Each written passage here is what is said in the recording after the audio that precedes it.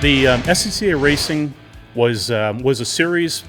We've always heard what wins on Sunday sells on Monday. So what they were interested in is getting into the Trans Am racing program. There were Javelins and Z28s and Camaros, and years back they had the Barracuda was in competition. They had a new platform that was coming out, which was called the E-Body. E is for a 1970 series. So what they entered into was the Trans Am Racing Series. They were looking for two drivers, and one of the drivers they selected was Dan Gurney. Dan Gurney's AAR team was out of California, and they adopted the name AAR, All-American Racer, for that program. They participated in all the races through 1970, and it was the only year they raced the E-Body cars, which is the Barracuda and the Challenger, was in the 1970 series. The AAR Cuda and the Challenger TA were built during a 5-week period. They were all built at one assembly plant in Hamtramck, Michigan, that used to be referred to as Dodge, Maine.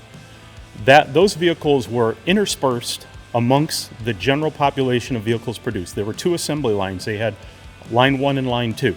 So as you could imagine, there was a lot of complexity involved to integrate these very special and unique vehicles that have a special engine. So they had an engine build area that they had to work through. They had a special fiberglass hood that they were probably not used to handling at that facility. So there were a lot of challenges that the plant had building these. The powertrain in an AAR was available. Let's start out with the axle, 391, 355 gear ratio. They had available transmissions, either a 727 automatic, or they had an A833 new process gear 4-speed. Certainly by today's standards, everybody loves a 4-speed. They're fun to drive. It really enhances the driving experience. When you get into the engine, it was a very special engine. They had the standard 340 with a 10.5 to 1 compression ratio that had a higher iron content of the block. It was a 4-bolt main. It had 3 Holley 2-barrels on top of an aluminum intake manifold. So it had sort of an air induction system that was available. You can see the hood, the features of the hood with the teardrop. That was to bring in air, and the vehicle had the engine had special cylinder heads as well. So they had cantilevered push rods and valves, and it was just a very well-performing engine. For the series, these were put together basically by Keith Black. So he was instrumental in basically running these engines through their paces. And of course, when they were running in the sanctioning races, they were basically de-stroked to a 305 versus the 340, which was the street version. The wheel options that were available were 15-inch wheels, front and back. Behind us are 2 examples of a hubcap car with a trim ring, and then the other is the road wheel, which is a W21 package, and they had staggered tire sizes. So it gave the car a bit of a rear rake, unlike any other production car that Chrysler was producing in the E-Body series. In the suspension of the vehicle, it had, over the standard Barracuda, it had larger torsion bars. It had a front and rear anti-sway bar, which were not available on all vehicles. So it really added to the enhanced driving. They had special quick ratio steering that was available on these cars. Not all of them got it.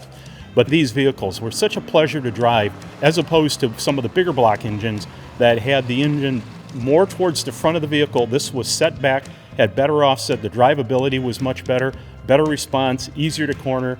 They were just a dream to drive.